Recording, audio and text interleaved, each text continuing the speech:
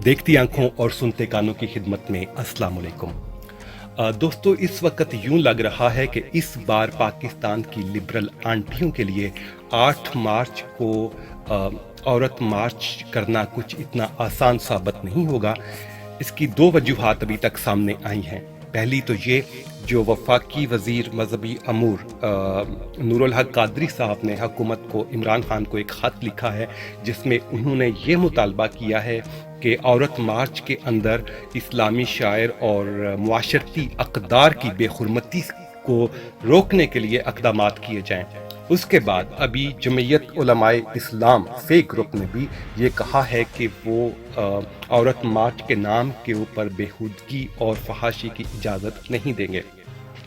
तफसील इस खबर की कुछ ऐसे है कि जमीयत उलमाए इस्लाम ने 8 मार्च को औरत मार्च की मुखालफत करते हुए हुकूमत को खबरदार किया है कि ख़वातीन के हकूक़ के नाम पर बेहुदगी करने की कोशिश की गई तो बज़ौर ताकत रोकेंगे।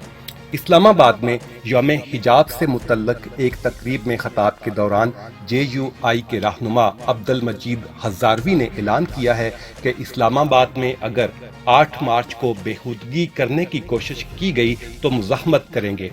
ख़वातीन के हकूक़ के नाम पर बेहयाई फैलाई जा रही है।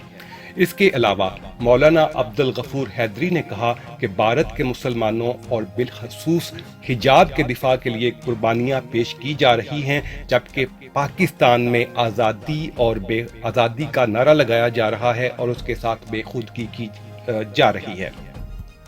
उन्होंने ये भी कहा कि मैं इंसानी हकूक़ के दावेदारों को कहना चाहता हूँ कि तुम अंधे हो, क्या तुम्हारी आंखों पर पट्टी बंधी हुई है कि तुम्हें भारत में और दुनिया में मुसलमानों पर होने वाले मजालिम नज़र नहीं आ रहे।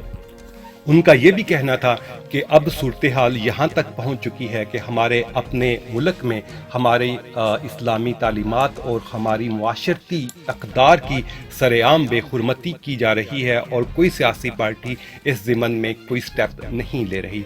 तो दोस्तों, इस बार आसार कुछ ऐसे हैं कि हमारी लिबरल आंटियों के लिए 8 मार्च के ऊपर जिस तरह वो पहले बेखुदगी फैलाती रही थी, इस बार शायद थोड़ा सा मुश्किल हो। तो देखते हैं 8 मार्च को क्या होता है। इन्हीं अल्फाज के साथ इजाज़त, अल्लाह हाफिज़।